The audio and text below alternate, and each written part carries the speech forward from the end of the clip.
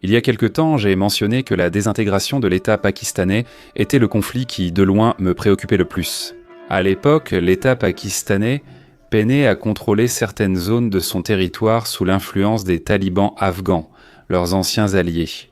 La situation ne s'est pas améliorée et elle s'aggrave maintenant avec le risque d'un conflit avec l'Inde. Cependant, ce conflit n'est pas seulement dangereux en raison du nombre colossal de personnes impliquées par les deux pays. Il est également dangereux en raison du risque nucléaire puisque les deux pays possèdent des armes nucléaires. Et aussi, et c'est là un point important, c'est qu'il peut finir par entraîner d'autres puissances dans un scénario de conflit indirect. Et ainsi, la situation entre l'Inde et le Pakistan est bien plus compliquée que ce que les gens racontent. Nous verrons cela en détail dans cette vidéo. Mais avant cela, n'oubliez pas de vous abonner à la chaîne et de partager la vidéo avec tout le monde que vous connaissez. Votre soutien semble peut-être peu remarquable, mais il est essentiel. Surtout étant donné que des chaînes beaucoup plus grandes viennent s'approvisionner en informations ici, pour ensuite les répliquer sur leur propre chaîne. Après tout, c'est la seule véritable chaîne de géopolitique en langue portugaise, donc votre soutien est très important. Je m'appelle Géopolitique Mondiale et voici la chaîne Géopolitique Mondiale.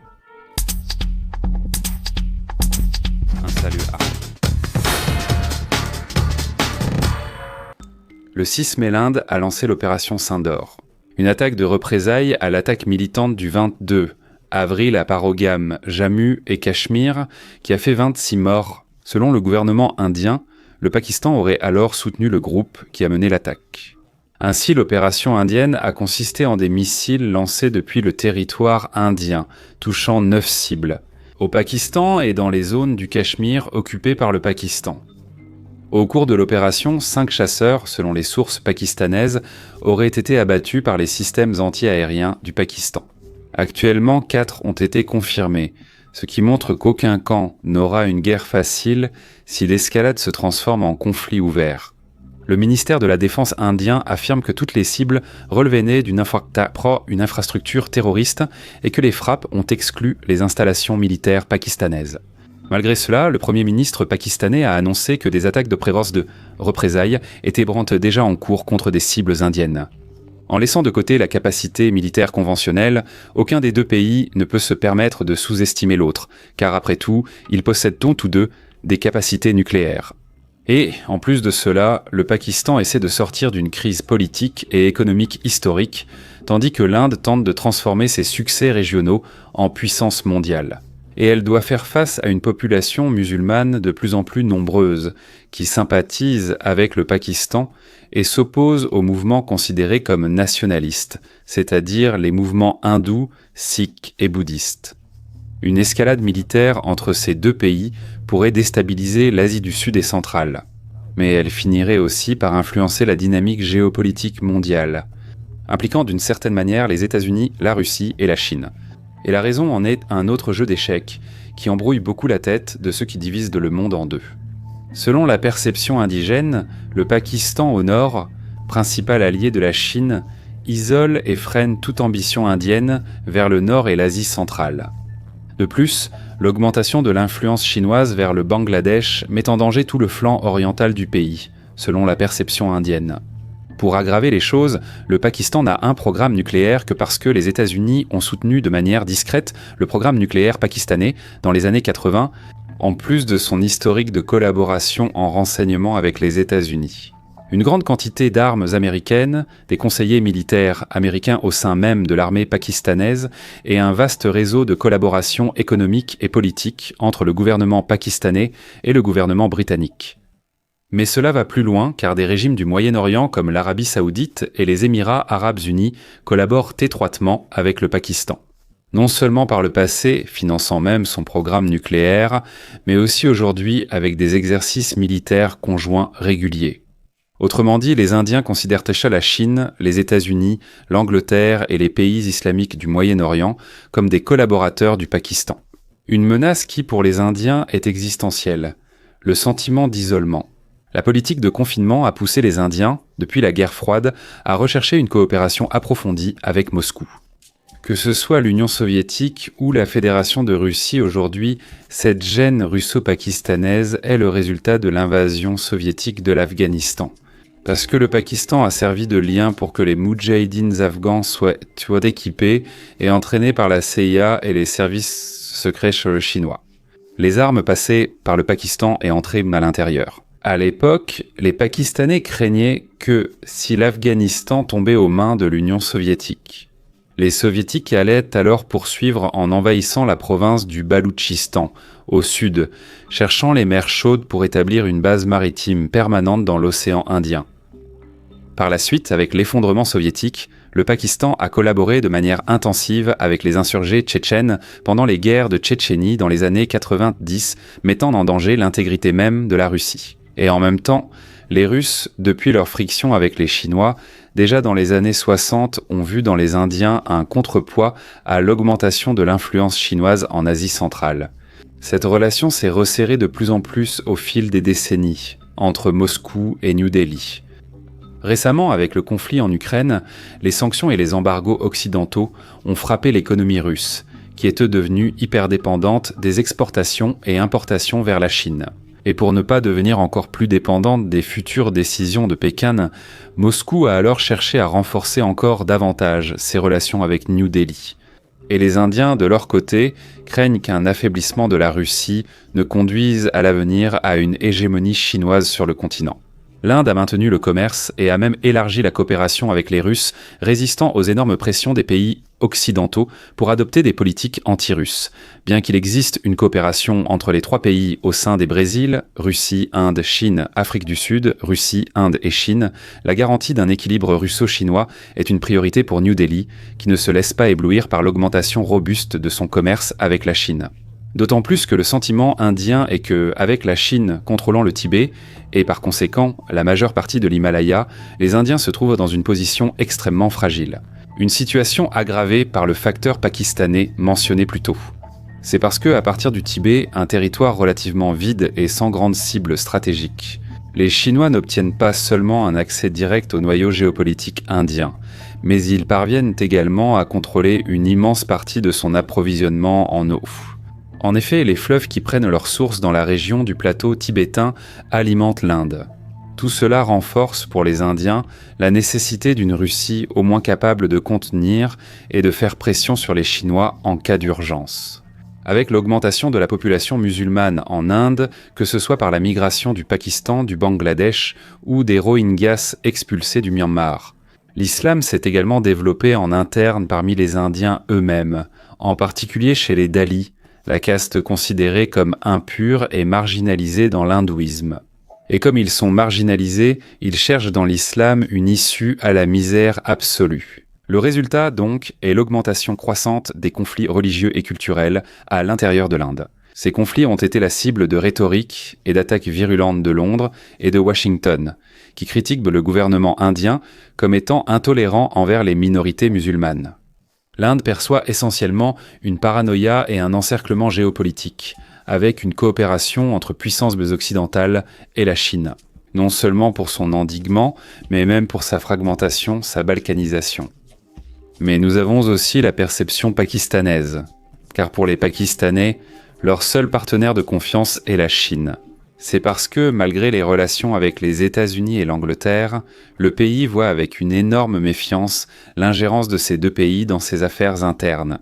Ce n'est pas un hasard, car durant la guerre d'Afghanistan, le Pakistan a accueilli des membres d'Al-Qaïda et des talibans en fuite sur son sol. Même avec des cellules de ces organisations attaquant fréquemment les forces de l'OTAN en Afghanistan et dans d'autres pays du Moyen-Orient, il a toujours semblé que le gouvernement pakistanais couvrait ces cellules.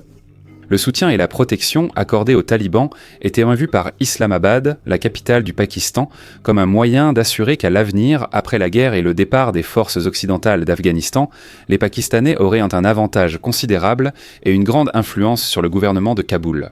Cela a conduit à de nombreuses reprises à des attaques de drones américaines sur le territoire pakistanais, ce qui déplaisait fortement au gouvernement pakistanais. D'ailleurs, Oussama Ben Laden, l'homme le plus recherché au monde après le 11 septembre 2001, se cachait à l'intérieur du Pakistan, à moins d'1 kilomètre de la principale base militaire pakistanaise du pays. Le gouvernement pakistanais a toujours affirmé ne pas avoir de contrôle sur ces organisations et ne pas les soutenir, mais en même temps, il ne faisait rien contre elles.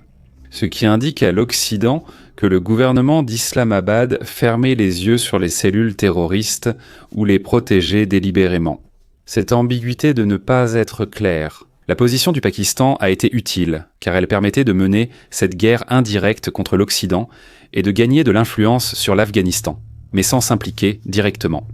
Les Pakistanais considéraient la marine indienne capable de bloquer leur littoral et de maintenir une forte pression sur des zones clés, ajouté au sentiment de honte causé par les guerres perdues contre les Indiens. Cela amène le Pakistan à penser que New Delhi a pour objectif de contrôler toute sa partie orientale à proximité du Cachemire, afin qu'ils soient isolés de leurs frontières de connexion avec la Chine en même temps, et considérant la Russie comme un acteur rancunier et potentiellement vindicatif, pouvant alors exercer une pression sur le pays depuis le nord. Et après le chaos laissé dans le vide du retrait des États-Unis d'Afghanistan, leur contrôle et leur influence sur Kaboul ne se sont finalement pas concrétisés. Au contraire, les talibans afghans, leur ancien allié, se sont retournés contre Islamabad et ont commencé à soutenir des groupes armés dans la région du Baloutchistan. Autrement dit, les Pakistanais, qui craignaient auparavant une offensive indienne à l'est, les isolant de la Chine, craignent maintenant aussi des insurrections à l'ouest, les isolant du contact direct avec l'Iran et, par conséquent, du Moyen-Orient. Et l'Occident a constamment appliqué des sanctions et des accusations pour faire pression sur le gouvernement pakistanais. Alors ils voient cela tandis que l'Inde a été courtisée par les grandes puissances, y compris même par la Chine elle-même, avec l'initiative des Brésil, Russie, Inde, Chine, Afrique du Sud, en concluant des accords avec Israël, la France et les États-Unis, en modernisant ses arsenaux conventionnels et nucléaires, elle cherche à étendre sa puissance dans la région et dans tout l'océan Indien. Les Pakistanais seraient isolés géographiquement par l'Inde et par les talibans, tout en étant isolés économiquement et technologiquement par les puissances occidentales. Alors Islamabad sent que son intérieur serait également en effervescence à cause des difficultés économiques, imposées par ces sanctions occidentales, prenant le risque sérieux de voir même une future guerre civile, ce qui rend aussi le gouvernement pakistanais paranoïaque face aux actions d'autres pays. Autrement dit, et c'est là le point, les Indiens et les Pakistanais sont très méfiants, non seulement les uns envers les autres, mais aussi envers l'action d'autres puissances. La perception géopolitique des deux pays est littéralement chaotique, parfois même contradictoire. Ils sont en lien avec tous, mais restent de méfiants envers chacun. Tous deux se sentent isolés et victimes d'une conspiration internationale. Et le pire, c'est que tous les deux peuvent, en fait, avoir raison. Cela rend la situation plus sensible et aggrave un scénario déjà nucléaire. Ce n'est pas pire uniquement parce que les deux pays dépendent d'un matraste des temps de l'importation d'armes et d'équipements militaires étrangers. Aucun des deux n'est autosuffisant pour déclencher un conflit conventionnel. L'Inde tente de devenir autosuffisante, mais elle en est encore au stade de l'essai. Le Pakistan, lui, n'essayant pas et a peu de chance. Et je dis que pour cette raison, la situation n'est pas pire. Mais justement, ce point peut aussi être la raison d'une aggravation. Parce que cela pourrait finir par impliquer encore plus de puissance dans ce jeu qui est déjà très chaotique. Et ce facteur de dépendance à l'importation d'armes est quelque chose de très important à prendre en compte. L'Inde dispose de plus de 680 avions de combat contre environ 410 pour le Pakistan, mais avec une énorme réserve. Sur le total des jets que possède le Pakistan, environ 75 sont des F-16 achetés aux États-Unis. Et le problème, c'est que les États-Unis ont restreint l'utilisation de ces chasseurs pour qu'ils ne soient pas utilisés contre l'Inde en raison d'accords d'utilisateur final. Autrement dit, les F-16 fournis aux Pakistanais ne peuvent pas être utilisés contre l'Inde. Ils ne peuvent être utilisés qu'à des fins de lutte contre le terrorisme, surtout dans le contexte afghan. Bien sûr, on peut penser que le Pakistan peut l'ignorer, et il le peut. Mais s'il le fait, il risque de voir la suspension des pièces de rechange, des contrats de maintenance ou même de subir des sanctions encore plus sévères. En 2019, par exemple, le Pakistan aurait violé cette règle, en ayant soi-disant envoyé des avions de chasse pour des frappes aériennes contre des installations militaires indiennes à Jammu et au Cachemire. À l'époque, cependant, les États-Unis ont discrètement pris la tête sur cette question. Nous ne savons pas exactement comment, seulement que le Pakistan n'a pas du tout apprécié. Le Pakistan peut cependant compter sur sa flotte bien supérieure de chasseurs J-10C fabriqués en Chine, qui surpassaient les F-16 en termes de vitesse, de portée, de radar et de capacité de missiles. Ces chasseurs sont déjà équipés du PL-15, l'un des missiles RR longue portée chinois, qui est ses plus avancés, et qui est considéré comme un contrepoids aux précieux chasseurs Rafale de la France qui ont été vendus à l'Inde et qui ont fini par être abattus lors de l'opération Sindor. L'idée de cette confusion des camps, c'est l'idée que je veux que tu comprennes.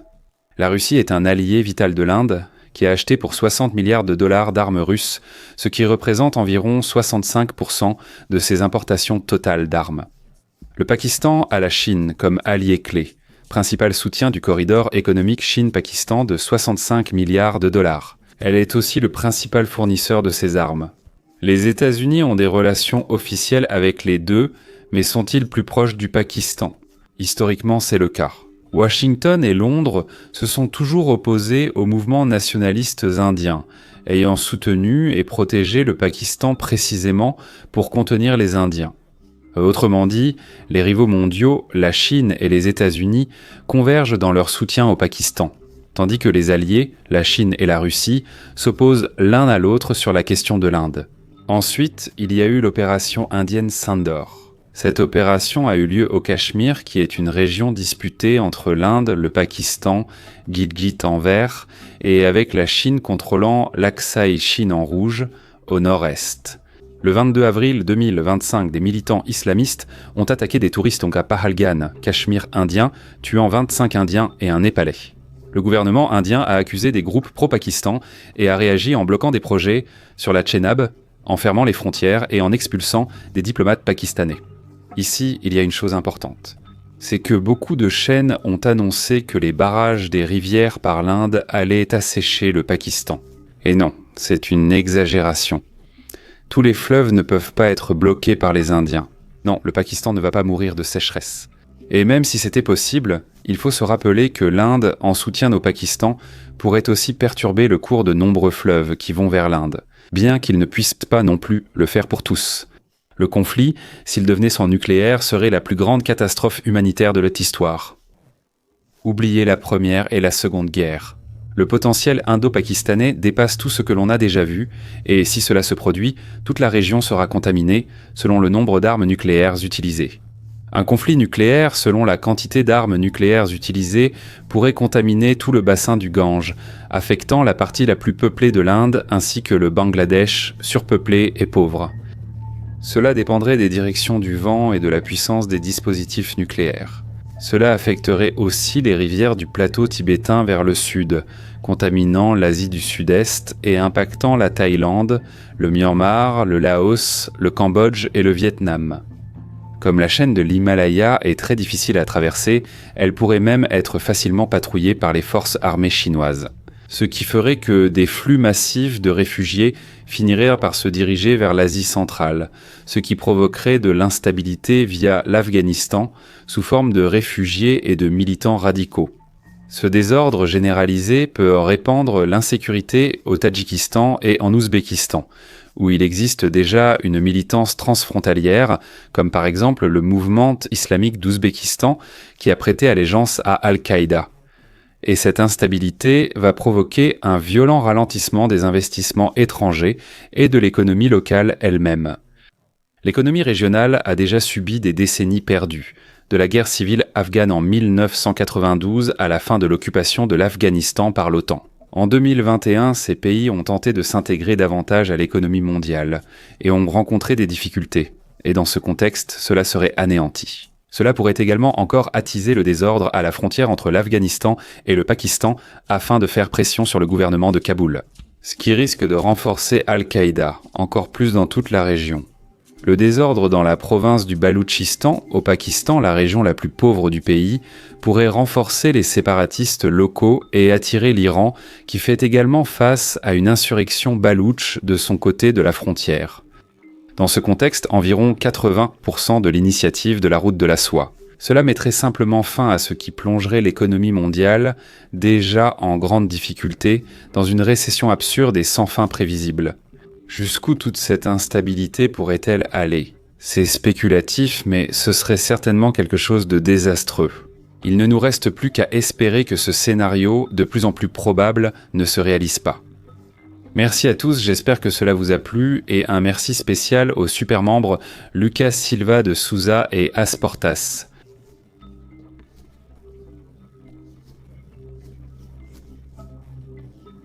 Au revoir.